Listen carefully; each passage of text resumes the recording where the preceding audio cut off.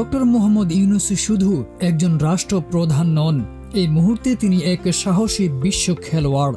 অন্তর্বর্তী সরকারের প্রধান উপদেষ্টা হিসেবে তার কৌশলী সিদ্ধান্ত আর আন্তর্জাতিক দৃষ্টিভঙ্গি দেশকে নতুন পথ দেখাচ্ছে।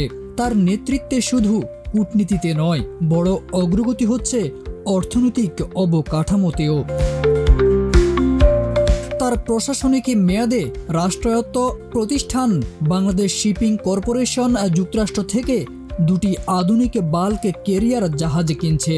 এই জাহাজে কেনায় ব্যয় হবে প্রায় 935 কোটি 71,56,000 টাকা, যা দেশের বাণিজ্যিক পরিবহন সক্ষমতা ও আন্তর্জাতিক বাণিজ্য সম্প্রসারণে বড় ভূমিকা রাখবে। 12 আগস্ট সচিবালয়ে মন্ত্রী পরিষদ বিভাগের সম্মেলন কক্ষে অনুষ্ঠিত সরকারি ক্রয় সংক্রান্ত উপদেষ্টা পরিষদ কমিটির বৈঠকে এই প্রস্তাব অনুমোদিত হয়। বৈঠকে সভাপতিত্ব করেন অর্থ উপদেষ্টা।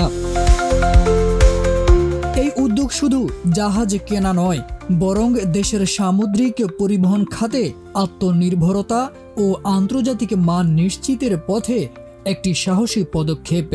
এর পেছনে আছে একটি দূরদর্শী নেতৃত্ব, ডক্টর ইউনূস, যিনি আপোষ নয়, সিদ্ধান্তে বিশ্বাসী।